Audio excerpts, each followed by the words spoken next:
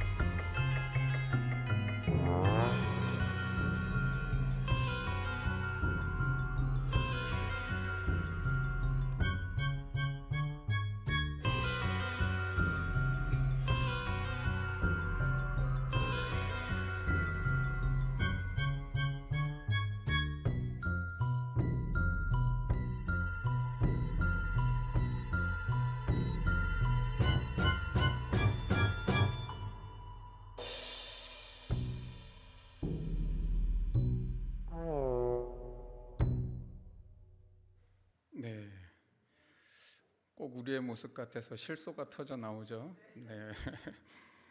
네. 그런 제가 이슬람 문화권에 있다 보니까 이슬람에도 라마단 금식 기간이 있습니다. 근데 그거 금식 끝나면 뭐 완전 축제를 벌이더라고요. 뭐 엄청 먹고. 예. 그런 지난주와 이번 주 십자가에 대한 설교를 이제 말씀을 나누는데 공간복음의 관점이 아닌 이번에는 좀 요한복음의 관점에서 한번 그 십자가에 대한 말씀을 나누고자 합니다.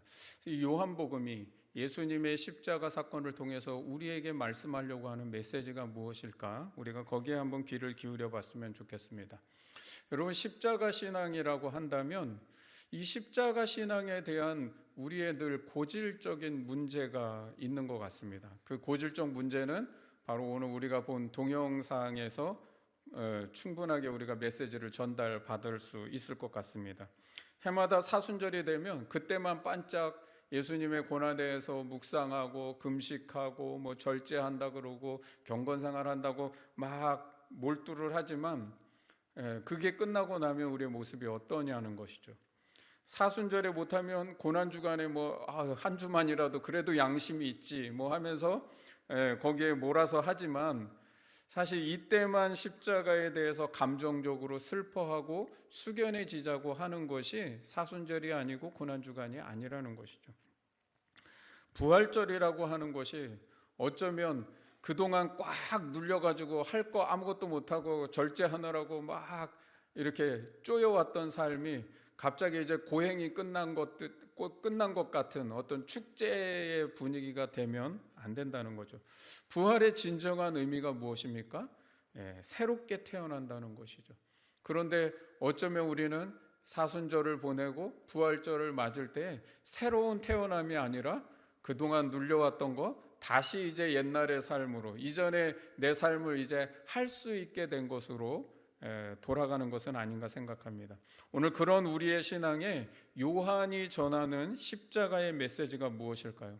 그리고 하나님께서 오늘 당신의 독생자를 우리에게 주셔서 십자가에 달리시게 하신 그 사건을 통해 우리가 무엇을 깨닫고 무엇을 변화되기를 원하실까요? 신약 성경에서요, 요한이 쓴 요한복음, 요한서신, 요한계시록은 가장 마지막에 쓰여진 책입니다. 그러니까 나중에 쓰여진 책이에요. 그랬기 때문에 요한복음은 다른 복음서와 관점이 다를 수밖에 없다는 거죠. 왜냐하면 이미 앞에서 마테마가 누가가 다 복음서를 기록했는데 시대가 지나고 상황이 바뀌었는데 또 똑같은 얘기를 그러려면 그 책을 다시 재판해서 하는 거나 마찬가지인 거죠. 관점을 다르게 쓸 수밖에 없었다는 거예요. 이 요한복음은 예수님의 십자가의 사건을 그래서 전달할 때 역사적 사실을 증명하려는 데에 별 의미를 두지 않는다는 겁니다. 복음서, 공간 복음서에 보면 뭐 몇 시에 못 박히고 몇 시에 해가 어두워지고 몇 시에 운명하셨더라, 역사적 사실을 증명해내려고 하지만 요한복음은 그런 정확한 내용이 사실 의미 없어요. 사실을 입증하려고 하는 게 아니기 때문입니다. 십자가를 감정적으로 받아들일 수 있을 만한 것들을 의도적으로 생략을 합니다. 채찍에 맞으셨다거나 조롱을 당했다거나 침뱉음을 당했다거나 물과 피를 쏟으셨다, 이런 얘기가 요한복음에는 하나도 없습니다. 다 생략을 하는 거예요. 감정을 자극할 수 있는 내용들을 오히려 생략하는 거예요. 겟세마네 기도의 그 내용도 인간의 고뇌와 그 처절한 고통을 표현해낼 수 있는 기사이지만 요한복음은 그것을 생략하고 있었다 그랬죠. 요한복음은 복음서를 읽는 사람에게 예수의 십자가 사건이 역사적인 사실이다, 이거 진짜다, 거짓말 아니다, 이걸 말하려고 하는 게 아니라는 거죠. 십자가에 대해 감정적인 감동만 받고 슬퍼하고 숙연해지는 그런 게 되지 말라는 거예요. 요한복음은 오히려 그런 감정을 빼고 십자가가 진짜 우리에게 주고 있는 메시지가 무엇인지 거기에 더 집중하게 하려고 하는 것이죠. 그래서 할 수만 있다면 감정과 결단으로 끝나는 신앙이 아니라 진짜 실제로 그 십자가에 어떻게 우리가 동참하며 살아갈 것인가, 이걸 말해주려고 하는 거예요. 그렇다면 요한복음이 예수님의 십자가 사건에서 우리에게 보여주려고 하는 것이 무엇일까요? 첫 번째는 예수님께서 자기 십자가를 지셨다는 것을 보여주려는 거예요. 자기 십자가를 지셨다. 17절 말씀 PPT 한번 보겠습니다. 그들이 예수를 맡음에 예수께서 자기의 십자가를 지시고 해골, 히브리 말로 골고다라 하는 곳에 나가시니. 여기에 요한복음이 생략하고 있는 내용이 또 하나 있습니다. 마태와 마가, 누가, 이 세 복음서가 다 기록하고 있는 구레네 시몬이 예수님의 십자가를 대신 졌다고 하는 사실을 요한복음은 생략하고 있습니다. 이것은 두 가지 이유가 있습니다. 첫째는 요한복음의 신학적 관점 때문입니다. 요한복음은 십자가는 본래부터 예수님의 뜻이었다라고 그랬습니다. 예수님은 하나님의 어린 양으로서 인간의 죄를 속죄하는 희생 제물로 죽으신 거예요. 돌아가신 거예요. 이 십자가는 누가 대신 져줄 수 있는 게 아니다. 이건 오직 예수님만이 우리를 위해 담당하실 수 있다는 것을 보여주기 위해서 의도적으로 구레네 시몬의 십자가 진 사실을 빼고 있는 겁니다. 두 번째 이유가 있습니다. 그것은 초대교회의 이단 때문입니다. 그 당시에 한창 유행하고 있던 영지주의자들은 예수님이 육신의 몸을 입고 이 땅에 오셨다는 사실을 부정합니다. 예수님은 영이시지 육을 입은 사람이 아니다라는 거죠. 그렇기 때문에 십자가에 죽은 것은 예수님이 아니라 구레네 시몬이다라고 주장을 하는 겁니다. 지금은 우리는 되게 우습게 여기지만 여러분, 교리가 확정되지 않았을 때에 이런 말들은 누구든지 다 할 수 있는 얘기고 이것이 어느 누군가에게는 혹할 수 있는 겁니다. 그래서 그 당시에 말도 안 되는 내용이 뭐냐면 당시에 구레네 시몬이 예수님의 십자가를 대신 졌는데 로마 군병들이 깜빡 잊고 구레네 시몬을 그냥 달아버렸다는 것이죠. 네. 그런 사실들이 그 당시에는 유행하고 있었기 때문에 따라서 이 17절에 예수께서 자기 십자가를 지고 나가셨다라고 하는 이 말은 굉장히 중요한 표현이라는 거죠. 공간복음은 예수님이 십자가 형장으로 끌려가셨다라고 표현하고 있지만 요한복음은 예수님이 끌려가신 게 아니라 스스로 나가셨다라고 말씀하고 있는 겁니다. 우리에게는 아무것도 아닌 것 같지만 끌려갔다라고 하는 것과 스스로 나가셨다라고 하는 것은 요한에게는 굉장히 중요하고 또 그 당시 초대교회 사람들에겐 중요한 말이라는 거예요. 더 중요한 건 뭐냐면 요한복음은 예수님께서 자기 십자가를 지셨다고 하는 것을 강조한다는 겁니다. 제자의 자격 조건을 말할 때 공간복음에서는 아무든지 나를 따라오려거든 자기를 부인하고 자기 십자가를 지고 나를 따라라 라고 말씀하지만 요한복음에는 그 말씀이 없습니다. 오히려 요한복음은 뭐라고 말씀하냐면 예수께서 자기 십자가를 지고 나가셨다는 거예요. 요한의 신앙가는 뭐냐? 십자가 감정적으로만 받아들이고 울고 불고 결단만 하지 말고 진짜 예수님처럼 자기 십자가를 지라는 거예요. 주님이 자기의 십자가를 지셨다는 거예요. 공간복음에서 예수님께서 십자가 지시기까지 여러 가지 말씀들을 많이 합니다. 그러니까 공간복음은 예수님의 십자가 사건에 대한 일들을 여러 가지 조목조목 기록한단 말이에요. 그렇지만 요한복음은 그 모든 것들을 다 생략하고요. 지금 17절에 딱 한마디로 표현합니다. 예수께서 자기 십자가를 지고 나가셨다. 그리고는 18절에 보면은 거기서 예수를 십자가에 못 박을세. 십자가를 지셨다 그랬는데 바로 그 다음 절에 그냥 못 박아 버렸어요, 벌써. 그러니까 모든 설명을 다 생략하고 있는 것이죠. 여러분, 사순절에 우리도 성경 통독한다고 막 하고 있고 중보기도 하자 그래서 중보기도 하고 있고 하는데 이 이유가 무엇입니까? 억지로 진 십자가처럼 힘들게 감당하다가 사순절 끝나는 동시에 와, 해방이다, 그동안 너무 힘들었어 그러면서 다시 돌아가자고 하는 게 아니잖아요. 고난주간 때는 주님의 고난에 막 동참해야지 그래서 굉장한 결단을 하지만 고난주간이 끝나면 그 감동이 다 어디로 사라졌는지 다시 원래의 모습으로 돌아가는 이벤트 하지 말라는 것이죠. 요한복음이 예수님의 십자가 사건을 통해서 우리에게 보여주려고 하는 것은 예수님 자기 십자가 지셨다는 겁니다. 따라서 우리도 내가 져야 될 십자가가 무엇인지를 깨닫고 내 십자가, 자기 십자가를 지라고 말씀하는 겁니다. 요한이 십자가 사건에서 보여주려고 하는 두 번째가 있습니다. 그것은 예수님께서 자기 십자가를 지시고 그 십자가에 매달리셨는데 그 십자가 상에서 예수님이 보신 사람들의 모습을 보여주고자 한다는 겁니다. 19절과 20절 말씀을 보면 예수님이 십자가 위에 명패가 적혀 있었다라고 기록합니다. 그런데 그 명패에 뭐라고 적혔냐면 나사렛 예수 유대인의 왕 이렇게 기록을 했어요. 그리고 이 패의 글은 히브리 말로 그리고 로마 말로 헬라 말로 세 가지 언어로 기록이 됐다고 합니다. 당시에 세계에서 사용되는 가장 보편적 언어 세 가지가 바로 이제 이 세 언어인데 히브리는 당연히 유대인을 위한 언어일 거고요. 로마는 서로마에서는 라틴어를 사용했고요. 동로마에서는 헬라어를 사용했기 때문에 그 당시에 이제 세계에 보편화된 이 언어를 다 기록을 했다는 거죠. 그런데 이때 유대 지도자들이 이 명패에 쓰인 글이 마음에 들지 않는 것이죠. 그래서 굉장히 못마땅하게 여겼다는 겁니다. 그래서 유대인의 왕이라 쓰지 말고 거기에 자칭 유대인의 왕이라고 좀 고쳐달라고 요청을 합니다. 여기에 바로 유대 지도자들의 본심이 드러나고 있다는 겁니다.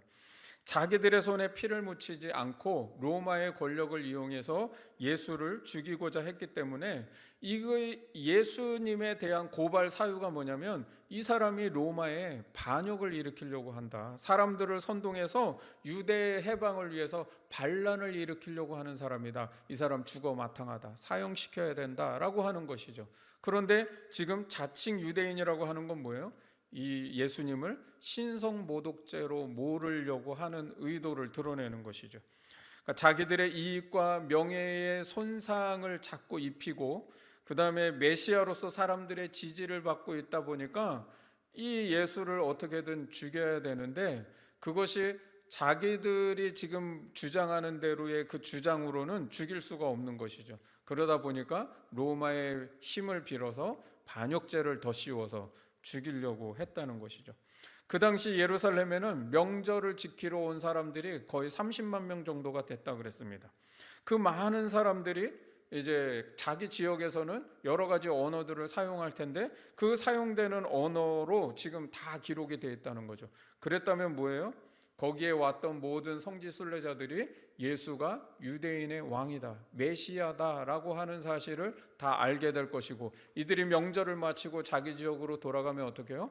메시아가 십자가에 달려 돌아가신 이 사실에 대해서 소문이 나기 시작하겠죠. 그러니까 자동적으로 선교가 이루어지는 거겠죠. 그러니까 유대 지도자들은 이것들이 싫었던 것이죠. 빌라도는 이런 유대 지도자들의 심정을 이미 다 간파하고 있었습니다. 그러다 보니까 자칭 유대인의 왕이라고 써달라고 할 때에 내가 쓸 것을 썼다 하고 거절을 해버리는 것이죠. 이 상황이 지금 어떤 상황이냐면 바로 빌라도와 유대 지도자들 사이에 지금 보이지 않는 알력 싸움을 하고 있다고 하는 것을 보여주고 있는 겁니다. 왜 그러냐면 오늘 본문의 앞의 상황을 이해해야 됩니다. 이 앞에 어떤 상황이 벌어졌냐면 빌라도가 이미 예수님을 재판에서 신문할 때에 이 사람에게는 죄가 없다라고 하는 것을 이미 알았습니다. 그래서 무죄를 선고했습니다. 그렇게 생각한 게 아니라 무죄를 선고했어요. 그런데 12절 말씀에 한번 보세요. 이러함으로 그가 무죄를 선고함으로 빌라도가 예수를 놓으려고 힘썼으나 유대인들이 소리질러 이르되 이 사람을 놓으면 가이사의 충신이 아니니다. 자기를 왕이라고 하는 자는 가이사를 반역하는 것입니다 라고 위협을 했다는 것이죠. 빌라도는 당시의 총독으로서 자기 자리 지키기에 굉장히 바빴던 사람입니다. 그리고 굉장히 이렇게 마음이 여린 사람이에요. 그러니까 이 유대 지도자들이 만약에 이 사람 놓아주면 가이사의 충신이 아닙니다. 당신 지금 반역자를 풀어주는 거 굉장한 죄입니다라고 이것들을 소문내기 시작하면 빌라도의 목숨이 위험해지는 것이죠. 그러다 보니까 어쩔 수 없이 지금 예수를 십자가에 못 박는데 내줬다는 것이죠. 그러니까 빌라도는 자기 자존심 상하고 권위 손상되는 이 일에 이제 한 방을 먹은 거예요. 유대 지도자들한테 질질 끌려다닌 것이죠. 그래서 지금 일종의 복수를 하고 있는 겁니다. 나사렛 예수 유대인의 왕이라고 하는 것은 우리는 무슨 말인지를 잘 모르겠지만 유대 지도자들에게는 굉장히 지금 자신들을 조롱하고 있다는 것을 느끼게 된다는 거죠. 왜냐하면 이런 느낌이에요. 야, 너희의 왕, 그 유대인의 왕이라며? 그 사람이 나사렛에서 났다던데? 이런 말입니다. 우리가 아는 대로 나사렛에는 선한 것이 나올 수 없고 메시아가 나올 수 없다고 유대인들은 알고 있죠. 그런데 야, 나사렛 유대인의 왕, 이 두 단어는 어울리지 않는 단어인데 그 단어를 쓰고 있다는 건 뭐예요? 나사렛은 굉장히 천한 지역인데 야, 니네 왕이 나사렛 사람이란다, 이걸 이제 하는 거죠. 조롱을 하는 겁니다. 이 말에서부터 유대 지도자들은 지금 굉장히 자기들을 조롱하고 있다는 걸 느끼고 있으면서 자칭이라는 말도 넣어달라 그랬더니 그것도 넣어주지 않는 이유는 뭐겠어요? 야, 너희가 지금 이 사람의 무죄를 너희도 다 알고 있지? 그런데 지금 너희의 이익과 명분을 챙기기 위해서 죽이는 거 아니야, 그치? 라고 하는 거를 지금 이렇게 은근히 표현을 하고 있는 것이죠. 니들의 속셈을 내가 다 알고 있다는 거예요. 재판하는 내내 유대 지도자들에게 질질 끌려다녔던 것에 대한 어떤 복수심으로 일종의 분풀이를 지금 하고 있다는 것이죠. 예수님은 이 세상의 죄를 대속하시기 위해서 지금 십자가에 달려 계시는데, 그 십자가 앞에서 벌어지고 있는 사람들의 모습은 이러했다는 겁니다. 빌라도는 자기 자존심 때문에 체면 손상 당하고 권위 손상 당하는 것 때문에 그거 지키려고 알력 싸움을 하고 있고, 그 예수님을 복수의 도구로 삼아서 사용하고 있다는 거예요. 자기 자리 지키는 것 때문에 정의를 버리고 판결을 뒤집어 엎고 결국에는 예수를 십자가에 못 박게 내어준다는 것이죠. 유대 지도자들은 어떤 모습입니까? 자기들의 이익과 명분이 손해보지 않으려고 메시아를 죽이고 있다는 것이죠. 몰라서 죽이는 것이 아니라 알아도 내가 손해보는 것 때문에 죽이고 있다는 겁니다. 내 손에 피 묻히지 않으면서 남의 손을 빌어서 예수를 죽이기 위해서 거짓말도 서슴없이 하고 돈으로 사람을 매수하기까지 합니다. 바로 이어서 나오는 군병들의 모습들이 또 똑같습니다. 십자가에 달려 돌아가시는 예수를 바로 앞에 두고 그들이 하는 일은 겉옷을 취해서 네 등분을 나누는 겁니다. 여러분이 이제 유대인들의 옷을 잘 못 보셔가지고 모르지만, 겉옷은 이렇게 일종의 보자기처럼 그냥 네모난 겁니다. 그걸 이렇게 걸치는 게 겉옷이에요. 그랬기 때문에 이것은 그냥 네 등분해서 나눠도 괜찮은 것이죠. 그런데 속옷은 통으로 짠 옷이다라고 그랬잖아요. 이걸 찢는 순간 상품성이 떨어지기 때문에 돈의 가치가 떨어지는 거죠. 그러니까 제비 뽑아 나누자라고 그러는 거예요. 옷을 그 제비 뽑아 그게 뭐 이렇게 대단한 옷인가라고 생각할지 모르겠지만, 그 당시에는 섬유 산업이 발전하지 않았기 때문에 금, 은 다음의 귀중품이 뭐냐면 옷이었습니다. 그러니까 옷은 굉장한 재산인 거예요. 이 군병들이 일종의 전리품처럼 그 옷을 지금 제비 뽑아 나누고 있다는 것이죠. 인간의 죄를 위해 십자가에 돌아가시는 그 주님 앞에서 사람들의 모습은 뭐 하고 있냐면, 자기 이익 챙기고 돈 벌고 즐기며 사는 것, 부자 되고 성공하고 이런 거에만 관심을 쏟고 있는 모습을 보여주고 있다는 겁니다. 거기에 마음을 다 빼앗기니 나를 위해 십자가에 달리신 그 예수가 눈에 하나도 들어오지를 않는 겁니다. 바로 이런 모습들이 오늘날 십자가 앞에서 살아가는 바로 우리 자신의 모습이라는 겁니다. 여러분, 내 자존심, 내 체면, 내 이익과 명분과 명예와 내 자리 지키고 밥그릇 챙기기 위해서 아웅다웅하고 갈등과 신경전을 벌이며 살아가는 모습이 바로 우리들의 모습 아니겠습니까?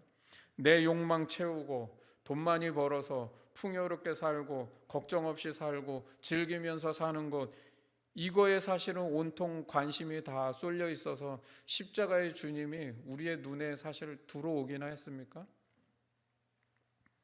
요한복음이 예수님의 십자가 사건을 통해 우리에게 보여주려고 하는 것은, 예수님께서 십자가에 매달려 그 위에서 내려다 보이는 사람들의 모습이 어떤지를 보여주면서 우리 자신을 비추게 하시는 겁니다. 그 모습은 빌라도와 유대 지도자들과 군병들과 같은 모습이었다는 거예요. 말씀을 묵상해 보면서 예수님이 십자가상에서 7마디를 하시죠. 우리는 그걸 가상칠언이라고 그럽니다. 그 가상칠언 중에 가장 첫 번째로 하신 말씀이 딱 마음에 떠오르더라고요. 아버지여, 저들의 죄를 사하여 주옵소서. 자기들이 하는 것을 알지 못하니이다. 왜 그 십자가상에서 이 첫 마디를 하셨을까 생각해 보니, 그 앞에 벌어지는 사람들의 행태가 그런 거예요. 예수를 못 박아 놓고도 뭘 하고 있는 건지 모르며 그저 자기들의 그 이익들을 챙기는 그것에만 바쁜 모습들. 오늘 우리도 내가 아무런 생각 없이 그냥 무의식적으로 살아가며 말하고 행동하고 생각하는 것들이 예수님을 십자가에 못 박고 있으면서도 우리는 그거에 그냥 아무것도 모르고 살아가고 있는 것은 아닌가요? 우리의 가정과 일터와 교회와 내가 속한 공동체, 그리고 사람들이 모인 곳에서 사실 우리의 모습이 어때요? 내 자존심, 체면 챙기는 거, 이익 챙기고, 명분 지키고, 내 자리 지키느라고 갈등하고 신경전 벌이면서 살아가는 게 그냥 우리네 삶의 모습 아니에요? 내 마음에 욕망 가득하고 돈에 집착해서 살고 평안한 삶에 마음 쏠려 살아가며 십자가의 주님을 못 받고 있으면서도 아무것도 모르고 살아가는 것이 바로 우리 아니냐는 거죠. 여러분, 세 번째로 요한복음이 십자가 사건에서 보여주려고 하는 것이 무엇일까요? 바로 우리가 져야 할 자기 십자가입니다. 요한복음은 예수님의 십자가에 관련된 내용을 다 생략하고 있다고 그랬어요. 그러면서도 오히려 십자가와는 직접적으로 관련이 없는 주변의 이야기를 더 기록하고 그걸 오히려 더 자세하게 기록하고 있는 것을 보게 됩니다. 하나는 23절과 24절, 군병들이 예수님의 겉옷과 속옷을 나눠 가졌다라고 기록을 하고 있고 이것이 성경을 응하게 하려 한다라고 그렇게 말씀하고 있습니다. 요한복음은 예수님은 십자가에서 생명을 내어주시는 어린 양으로 표현을 하고 있습니다. 그런데 지금 그 생명뿐만이 아니라 겉옷과 속옷까지 다 빼앗고 발가벗겨지고 있다는 것이죠. 그런데 십자가에 달리신 그 예수님 앞에서 사람들이 하고 있는 거 뭐냐면 자기 것 챙기고 자존심과 명예와 체면과 권위 지키려고 싸우고 있는 그 사람들 앞에서 예수님이 하시고 있는 것은 뭐냐면 자기 권리를 포기하고 계신 것을 보여주고 있다는 겁니다. 여러분, 빌립보서 2장 6절과 7절 말씀 같이 한번 읽어볼까요? 시작. 그는 근본 하나님의 본체시나 하나님과 동등됨을 취할 것으로 여기지 아니하시고 오히려 자기를 비워 종의 형체를 가지사 사람들과 같이 되셨고. 아멘. 여러분, 그는 근본 하나님의 본체신데 하나님과 동등됨을 취하지 않으신대요. 그리고 오히려 자기를 비웠대요. 자기 권리를 포기하셨다는 거죠. 하나님의 권리를 주장할 수 있는 분이세요. 우리처럼 뭐 그렇게 몇 되지도 않는 권리 지키느라고 막 그러는 게 아니라 하나님의 권리를 가지셨는데 그걸 주장하지 않으신답니다. 하나님과 동등된 지위예요. 우리 뭐 그냥 거저 그냥 사회에서 그냥 요만큼만 올라가도 목이 뻣뻣해지고 기부스 하는데 하나님과 동등된 지위와 권위와 그런 자존심과 명예를 가지신 분이 그 대접받지 않으시고 나를 알아주지 않는 것, 그거 아무렇지도 않게 연연하지 않았다는 거예요. 자기 이익을 추구하지도 않으셨고 누구를 밟아 이기고 올라서려고 하지도 않으셨습니다. 꼭 이겨야만 되고 내 뜻대로 돼야만 속이 시원해야 하는, 그리고 무시당하고 욕먹는 거 조금 더 당하기 싫어가지고 아둥바둥하는, 그거 조금만 저기 손해보면 분노하는 우리의 모습인데 예수님은 십자가에서 그러지 않으셨다는 거예요. 이것이 바로 우리가 져야 할 십자가라는 겁니다. 자기 권리를 포기하는 것. 여러분, 기독교의 가장 핵심이 뭐냐? 그것은 십자가 신앙입니다. 주님이 죄인을 위해 죽으시고 자기 권리를 다 포기하셔서 희생하신 것, 자기 권리의 포기, 이게 십자가의 핵심이고 기독교의 핵심입니다. 두 번째 우리가 져야 될 십자가가 뭐냐? 25절 말씀을 봅니다. 예수의 십자가 곁에는 그 어머니와 이모와 글로바의 아내 마리아와 막달라 마리아가 섰는지라. 공간복음에서는 예수님이 십자가에 달리실 때 그 주변에 아무도 없었습니다. 다 도망갔다 그랬어요. 그런데 요한복음에만 유일하게 예수님이 십자가에 달리실 때 5명의 사람들이 있는데 4명의 여인과 1명의 사랑하시는 제자 요한이 있었다라고 그렇게 기록하고 있습니다. 여러분이 한번 상상력을 동원해서 지금 그 2000년 전에 그 십자가상의 장소로, 그 처형장의 현장 속으로 한번 나를 데려가 보십시오. 그리고 거기에 세워서 사랑하는 제자 요한이 바로 나이고 그 어머니 마리아가 바로 나라고 생각하고 한번 그 자리에 서 계셔 보십시오. 여러분은 십자가에 달리신 그 예수 앞에서 내 모습이 어떤 모습일 것 같습니까? 여러분, 세상에 어떤 어머니가 자기의 아들이 처참하게 죽어가는 그 죽음의 현장 앞에 당당하게 설 수 있을까요? 어떻게 저렇게 꿋꿋하게 서 있을 수 있을까요? 젊은 아들을 잃은 부모님의 모습은 거의 대부분은 오열하고 통곡하며 땅에 주저앉고 심지어는 실신을 하는 분들도 계시지 않습니까? 그런데 아무 죄도 없이 채찍을 맞으시고 조롱당하고 발가벗기고 그리고 십자가에 못 박혀서 온몸이 피투성이가 되어 있는 그 자신의 아들을 보면서 어떻게 지금 꿋꿋하게 서 있을 수 있느냐는 것이죠. 그런데 요한은 그 당시 그 십자가 앞에 여인들을 이렇게 증언합니다. 25절에 섰는지라, 꿋꿋하게 서 있었다라고 그렇게 증언하고 있고, 바로 이어서 26절에는 어머니 마리아와 사랑하는 제자 요한이 예수의 곁에 서 있는 것을 누가 봤다고요? 예수님이 보셨다. 십자가를 감정적으로 받아들이고 이벤트적으로 경험하는 것이 아니라 예수님의 십자가에 가장 가까이에 서서 내가 져야 될 십자가를 발견하라는 겁니다. 우리 사진 하나 보여드리겠습니다. 이 그림은 우리 주님이 십자가에서 바라본 것은 이라고 하는 제목의 작품입니다. 제임스 티소라고 하는 사람의 작품인데, 이 그림의 독특한 것은 예수님은 전혀 보이지도 않습니다. 맨 가운데 맨 아래에 예수님 발만 앞부분만 조금 보일 뿐이고 예수님은 전혀 보이지 않아요. 그러나 오히려 예수님의 시점에서 주님이 바라보고 계신 것이 무엇인지를 표현하고 있는 작품입니다. 여러분, 이 그림이 바로 공간복음과 요한복음을 이해하게 하는 중요한 포인트를 전달하는데요. 공간복음은 이런 그림으로 표현하자면 뭐냐면 우리의 시점에서 예수님의 십자가를 바라본 걸 기록한 거예요. 이해되시죠? 요한복음은 뭐냐면 예수님의 시점에서 우리를 바라보고 계신 것이 무엇인지를 기록한 게 요한복음이라는 거예요. 이해가 되시죠? 그런데 성경은 오늘 뭐라고 기록하냐면 26절에 자기 어머니와 사랑하는 제자 요한이 곁에 서 있는 것을 보셨다. 여인들과 요한이 통곡하고 오열하고 땅을 치고 주저앉아서 기절하고 있는 모습이 아니라 꿋꿋하게 서 있었다라고 기록하고 있다는 것이죠. 바로 이것이 요한복음이 그리스도인이 살아야 될 십자가 신앙이 무엇인지를 보여주는 겁니다. 여러분, 십자가 신앙 그러면 대부분은 울고 불고 통곡하고 감정적으로 막 확 올라와서 막 회개한다고 막 땅을 치고 하지만 어느새 그 감정이 식으면 회개 기도가 무색하리만큼 내 삶의 원래의 자리로 다 돌아가 있는 모습이라는 거죠. 그거 십자가 신앙이 아니라는 거예요.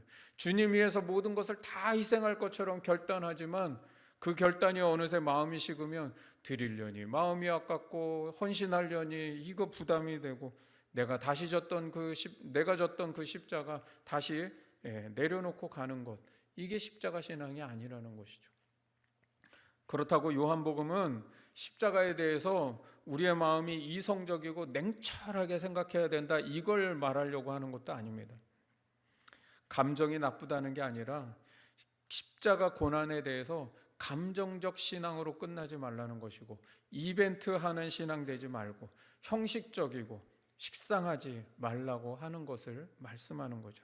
예수님의 십자가 고난에 동참한다는 것은 그때만 금식하고 그때만 절제하고 그때만 성경 보고 그때만 기도하다가 끝나면 와 해방됐다, 야 좀 시원하다 하는 걸 느끼는 게 아니라는 거예요. 언제나 우리의 삶이 십자가 가장 가까이에 서서 십자가 주님을 바라보며 어렵고 부담되더라도 꿋꿋하게 그것을 버텨내는 것이 진짜 십자가 신앙이라는 거예요. 그게 우리가 져야 할 십자가라는 겁니다.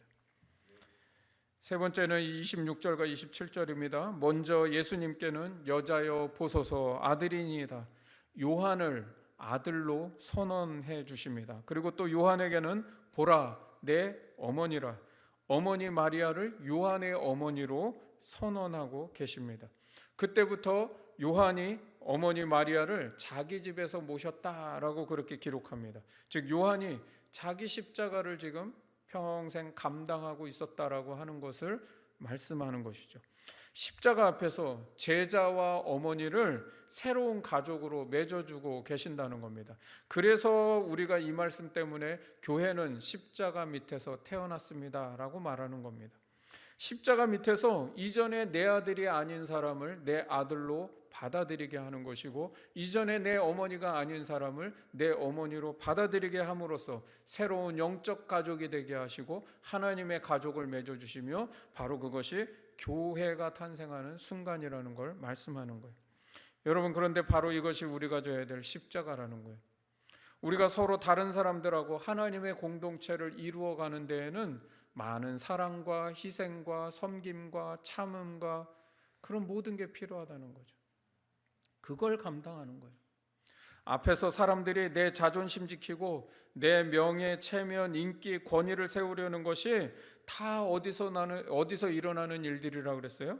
우리가 속해 있는 공동체죠. 그게 뭐 가정이든 교회든 어디든. 서로 내가 거기서 주도권 잡으려고 살아가고 또 내 뜻대로 모든 게 다 돌아가기를 바라고, 그것 때문에 은근히 알력 다툼하고 갈등하고 신경전 벌이고 분쟁하는 거, 다 우리 사회가 그런 모습이고, 또 우리 직장에서 사람과의 관계 속에서 가정에서 교회에서 다 벌어지고 있는 일들 아닙니까? 만약 그런 사회에서, 그런 직장과 일터와 교회와 우리에 속한 그런 공동체에서 내가 져야 될 그 십자가를 감당한다고 생각해 보십시오.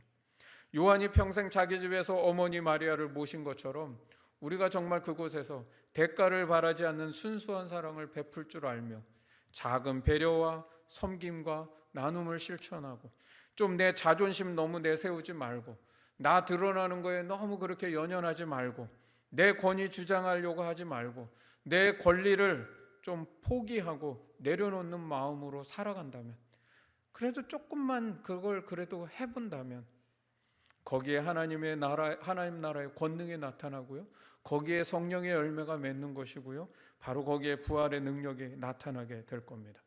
우리가 살아가는 그 삶의 자리에서 내 아들이 아닌 사람 좀 내 아들처럼 받아들이는 심정으로 살아가라는 거예요.